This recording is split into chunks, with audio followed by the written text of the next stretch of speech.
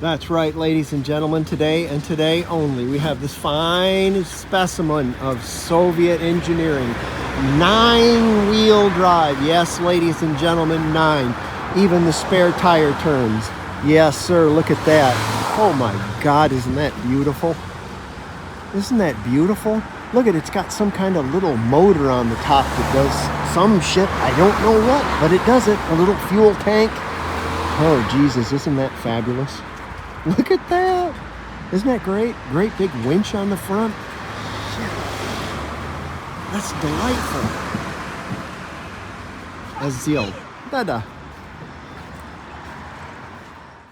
Hey everybody, welcome back to my garage. I'm OK Fixer. I'm just making a series of small videos over the course of the next couple of months, and I'll just make just one big video out of them all. Because fitting panels and such like that, it doesn't make for very good videos. Anyways, we're coming right along. I've got some more massaging to do, of course, on that portion right there, how the hood fits. It fits pretty good. One thing I was going to tell you I was going to plug those holes for the air conditioning. Instead of make metal patches, I'm just going to plug them with rubber plugs. That's much easier and it's less work, and I think it's going to be neater than patches. I'm so tired of patches. Hood shuts pretty good. Had to do a little massaging there. In the front, the Hitler Youth got up on top of it and jumped up and down right here. So this was 2 inches away from the hood. So I put a jack and a block up underneath it and pulled it out. So that fixed that. Corners seem to be pretty nice. The fenders are okay. Each fender I had to do some welding on, some repair, that kind of thing. I've got my doors shutting pretty nice. I've got the heater channels all, they don't look very nice, but you know, they're going to be covered, so you're not going to see it. But it's all metal. That's the whole thing. It's all metal. Been sealed all up and I painted it. Same with the other side. I haven't painted that yet. I need to paint that, I guess. Maybe well, that's in there. I've got some more patches that you can't see inside that I finished up on. Some patches up underneath the rear driver's side here that you didn't see. I've got a rear fenders fit on that, and they still need a little bit more massaging. There's a couple of parts down here I needed to weld on that I did. I don't know if the shape of that is correct or not. We might need to do a little fixing on that. I was pleasantly surprised with the engine cover that it fits so well and clicks nice. It's got nice lines. The height is nice, so that's not too bad. The rear, I'm going to have to bang that out a little bit. Probably is going to affect how that shuts. This rear fender's the same. It needed a little massaging and welding. And what are you going to do? That's those are off that green shell I have out there. I'm just going to get better fenders. This car, I'm going to sell this car anyways. So it doesn't matter to me anyways. The green one outside is going to be my final car, because I'm, eventually going to, I can't keep, eventually I'm going to sell them all. And I'm going to keep 170 model, and that's going to be the green one out back because the body is so nice on it. And originally that's what I set out to buy, is a 70. So lots of massaging still needs to be done here, as well as fender fits pretty well. So we're coming right along is what I'm trying to say. I'm just making a little snippet here for the video. When I get farther on down the line, I will make another video, put them all together for you just as a testament to what this vehicle looked like beforehand. But coming together nice. It's all metal now, and now with those panels all fit, now I can officially start the body work, which is the hammering, the denting, hammering, and filling of all the dents and erratic body panels. So do that, smooth it all down, and get it into a primer. And then, yeah, what am I going to do next after I get it like that? Probably what I'm going to do is I'm going to pull that chassis out from underneath of it so I can put it in the temporary outside and work on the paint. But then all the panels have to come off and the undersides have to be painted. It's quite a process, as you know. Okay, that's how far I've got. There you go. My absolute favorite thing to do in body work, and I could do this all day. You could just give me mud that hasn't quite hardened completely yet, and let me run a cheese grater on it. Oh, I could just do that all day. It's just glorious. Don't think you have to spray your primer on, because you don't. You can put it on with a brush and it works just fine. If you put it on with a brush, you have to sand a little bit, but it plugs all the pinholes too. So, and also when you primer this, you can look for little things. I like to put as much material underneath the car as I am on top of it. So there's a couple little spots here that I don't like, because somebody's going to look underneath the car and see it has some sort of scratch or body work in there. So you know, I want to make it as nice as I can for how badly this side's been swat. So I want to, you know, clean everything up. There's going to be, of course, seams where this was welded on and stuff, and that's natural, you know, seam there, that kind of thing like that. So what I'm saying is you don't have to put your material on with a, or at least your primer on with a gun. You can use a brush, and I just pour it in there. And what I did with this is it had some rust underneath it also, and I ground it with a wire wheel with a little bit of primer, and then I'm just putting more coats underneath it. I like more paint underneath the car, or as much underneath the car as I do on top. It's just, yeah. Sand in, they keep on sanding, Volkswagen. Now, I want it to look as nice under the hood as I do on top. So there's a lot of preparation.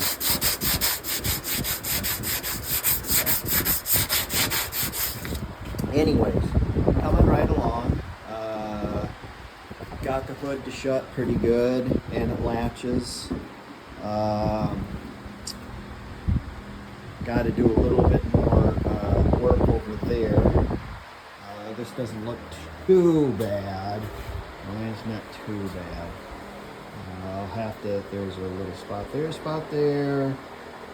some spots there. I just, you know, primed it in.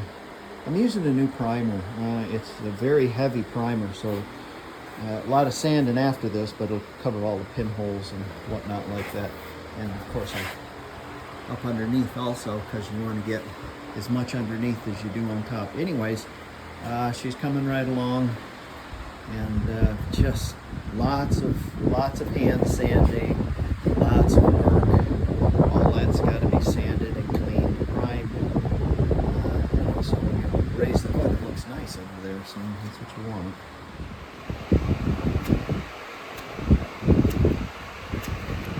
Remember that mud is your friend. My car isn't going to have any mud in it. Sure, you bet.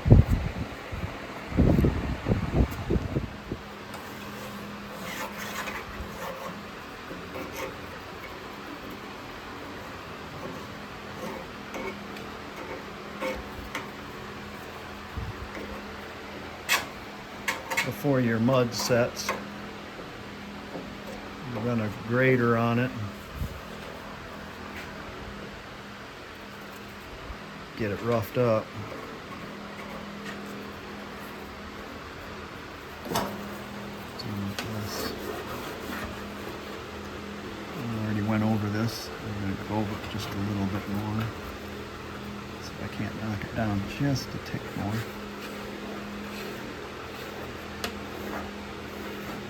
It might not be the right way, but it's my way.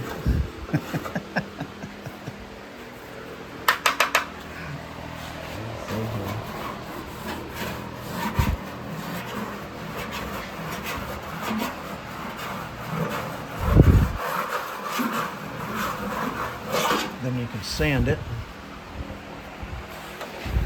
Once you get it knocked down, let it harden up a little bit, and you'll be able to shape it with some heavier. Sometimes you got to do two or three coats. Like this one's going to be. This has got still got a little spot in it right there. That's going to have to be fixed.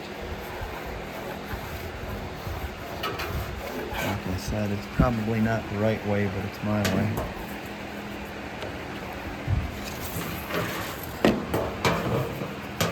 There's one right there. Down.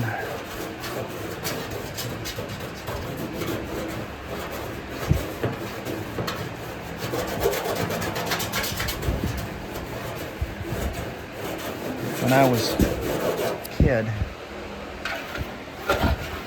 my mother would say, "Oh, that car's full of black magic," and I thought, what? Witch has cast a spell on it, or got some kind of.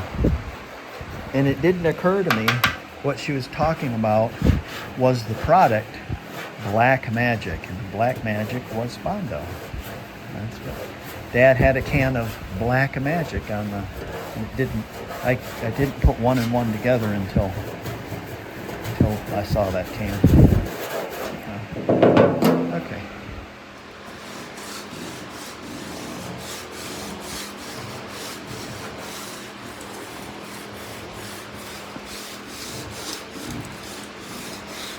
When the world is turning to shit, I go out and work on my Volkswagen.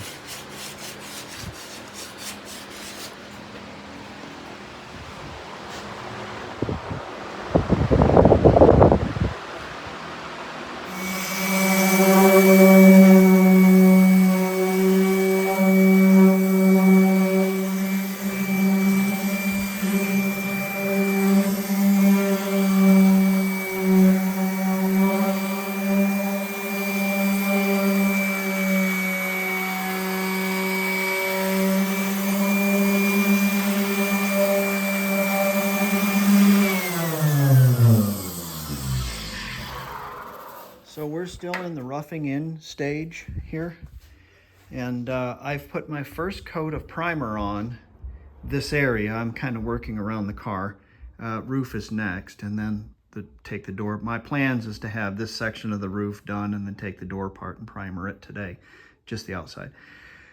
But I'm just working my way around the car, and this is kind of roughing it in. And so I have most of my mud work done, and I've painted the car with primer with a brush, okay, pretty heavy. So it will fill in a lot of scratches and a lot of things like that. What's left over, we'll have to, as we go around the car, we'll fill in all the little spots that we see, and we'll sand them, go all the way around the car, and then I'll spray primer the car, but I won't do it here because I don't want spray all in my garage. But that, you know, it's probably not the right way to do it, but it's the way I'm doing it. So there you go. Okay, a couple of things. When you're sanding, make sure you got a mask on, because man, that stuff will get in your, yeah, terrible. Okay, my body work underneath where my patches are and stuff, I kind of smooth them out with a little fiberglass, just a little bit. There's still some weld knots and stuff, but the whole thing is if somebody looks underneath this, you know, they don't want to see some giant welds and stuff. Now, this is tucked up way up underneath the fender, so I'm not going to mess with that. But most of where the weld knots were ground down, and I put a little skim coat of fiberglass on it to kind of hide the you know, so when somebody gets and looks up underneath it, it doesn't look like Abner Dimwit, me, did the body work on it. See? Okay, one other thing. Here's our chrome line. Now this is a 70 body because it doesn't have a, okay, they're different. Everybody thinks Volkswagen's the same, and they are not, okay? This car is going to be for sale, not going to be my personal car, so you know, I don't have any other doors. Well, I have the original doors that come off of it, but they're trash, or they're toast. And if you look at the alignment holes, they're way off. So what I'm going to have to do is I'm going to have to drill holes in this door, and that chrome is going to have to go right there. Now, the new doors have a deeper pocket here, so this chrome is going to be right on that edge of that pocket. Most people won't notice, but the chrome is going to have to line up, so I'm going to have to drill holes, and I'm going to have to push those in just a little bit and fill them in with fiberglass. Tap it over on the other side so my feature line matches up. Well, the feature line matches up fine, but so the chrome line matches up. So if you're going to put new doors, super or not, I'm thinking 74, 3 or 4 is different than 68, 69, 70, that kind of thing. Those doors are different. That pocket is bigger. The chrome has been moved up on the body also. Other than that, oh, there's one other difference. When I put these doors together, I'm going to have to buy cards and armrests for 74 or 73, whatever, because the armrests are different. The black latch, I'm going to swap out with a chrome one, so it'll look all right. But this car isn't going to be 100%. Anyways, you remember the amount of body work that went into this. I'm sure the person that gets it will be just as thrilled to have, you know, have it. With those doors on it, representing a 70, you know, the body, the trunk lid, and whatnot. So, yeah, I'm doing the best I can with what I have. All right, we've got our primer all brushed on. We've got pretty much pretty good, but we're going to go around it again and pick out all the little spots and fix them all. Got our holes drilled for our chrome, so they line up with the other ones, and kind of beat in the other ones and patched it with fiberglass. And of course, if you got a hole, you want to do it in fiberglass, and you want to squeeze it on either side like it's a rivet. This car, I'm going to have blocked, painted, and cut and buffed professionally. Well, I say professionally, by a guy I know. He's really reasonable. The cost of what he's going to do and the cost for me buying a couple of cheap guns And then when I apply the paint, of course, it's going to be full of runs, and he's going to have to work more. So it's going to be equal, and I'll get a better job. Plus, he'll block the whole thing first, so it'll be really tight. Now, on the inside, I'm going to do the inside myself. I'll spray the inside myself because it's just doors and jams and stuff, and under the hood and whatnot like that. Under the fenders, the fender wells, I'll spray all that myself. I'll do all that myself. So I'll just bring him a car that's ready to go so he can tape it all up and work on it that way, if that makes sense to you. Just buying the guns, my ability, doing this in my backyard, trying to find the time,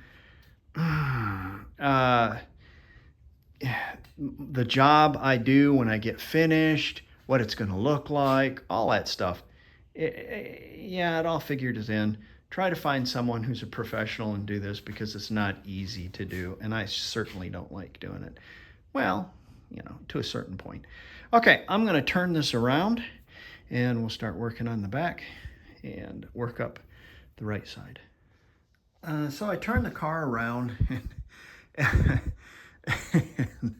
and you're faced with this. You're like, oh, God. Okay, you got to think about every little thing. Take, for instance, where somebody pounded the dog balls out of this for whatever reason. You want your car to present well, so you want to make sure things are close to where they should be. Anyways, we'll have to pull that out a little bit more. And you know, you want to make them even on both sides, that kind of thing. This stuff underneath here you're not going to see because it's going to be covered. Things like down here where somebody sprayed roofing tar all over everything, you're going to want to get that off because your paint's going to have to stick to that. Preparation is the name of the game here. So Abner Dimwit and his girlfriend Bumidine Scleavage got all tuned up on some of that peanut butter biker crank, and jumped up and down on the hood. It wasn't Bumidine so much. He only weighs 90 pounds, but you know the type. Got 6 kids and is 25 years old and weighs 90 pounds. It was Abner. He's pretty stout. Anyways, this roof is full of mud, and so what are you going to do about it? Well, you find the high spots, and then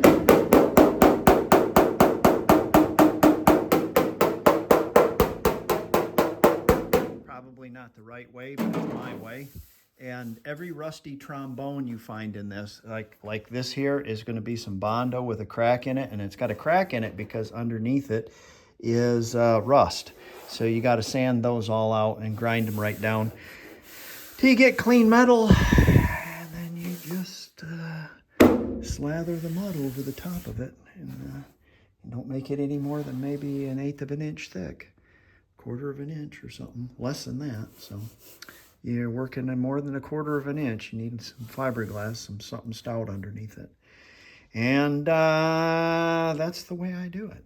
So Abner and Bumidine knew that they wouldn't be able to sell the car for anything unless the roof was pushed out of it. So what they did is they took a pickaxe and they whacked it a few times with a pickaxe, you see. And that's what it put all those big dents. Yeah, the roof kind of had its line, but had a bunch of dents going up. So of course you got to drive them all back down, and the roof is all full of mud anyway. So anyways, what I've done here is filled in all the dents that I put in it that were the pickaxe marks, and then I'm going to run my cheese grater, which is oddly satisfying, especially when you get fresh mud and it peels off like soft cheddar cheese.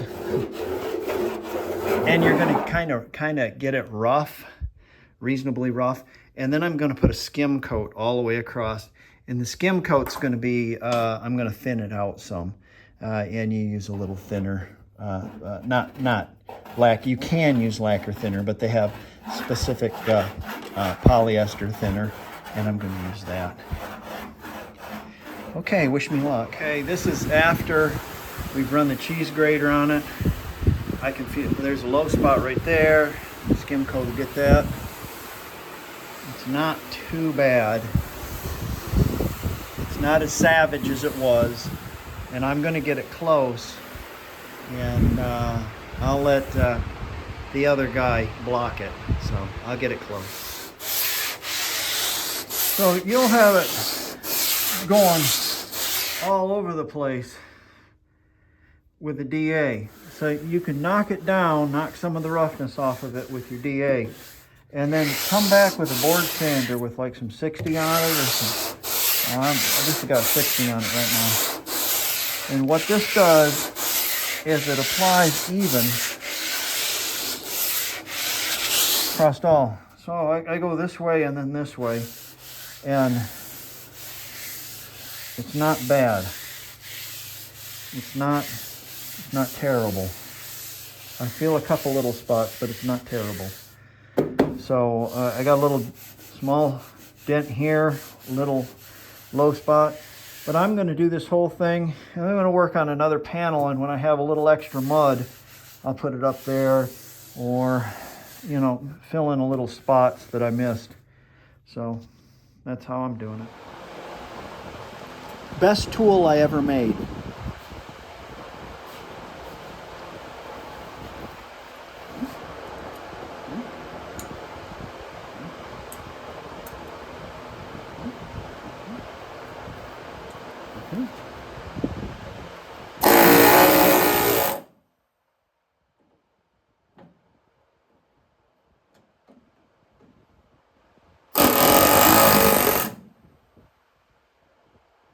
Worth its weight in gold.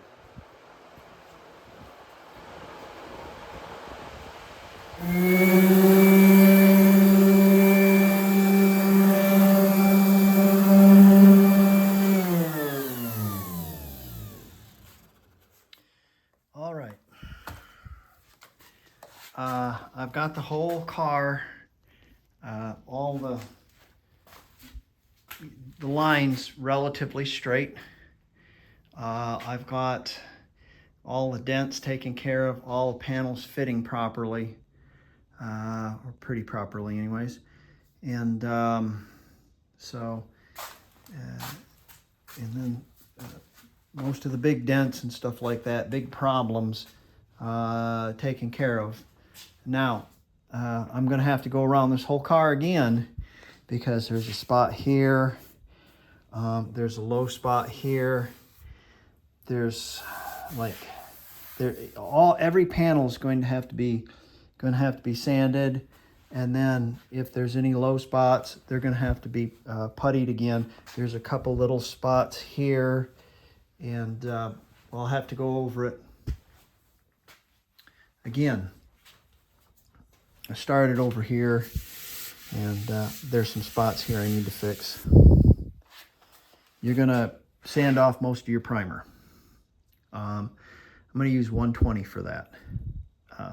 Once I get all my spots fixed, and all my dents and divots and little chips and cracks and fixed, I'm going to paint it again with the brush, just with the brush. And I'm going to see, here's something I got to fix right there, that sharp edge right there. I don't like that sharp edge. That's going to have to be fixed. So with the brush, you're going to do it again, and then I'm going to go over it again with 120, and then it's going to go to the professionals after that. The outside is. Well, actually, it's not going to the professionals. The interior is going to be painted. That means I'm going to have to work on all the trim on the inside and stuff like that, which isn't too bad. As long as Abner didn't take a pickaxe to it, we'll be okay. It won't be nothing more than sanding, priming, and painting. And there's a limited amount of areas that I have to paint. because most of it's covered with upholstery. Here's a couple of colors. I mixed up. The cream isn't creamy enough, and the crimson isn't quite the red I'm looking for. Maybe a little darker, but it's all right. Anyways, that's where I'm at now, and I'm going to leave you this video and be all finished. And it's long and drawn out, just like this car is long and drawn out. Okay, well, I'll show you when I spray the interior under the fender wells and stuff. All right, catch you guys later.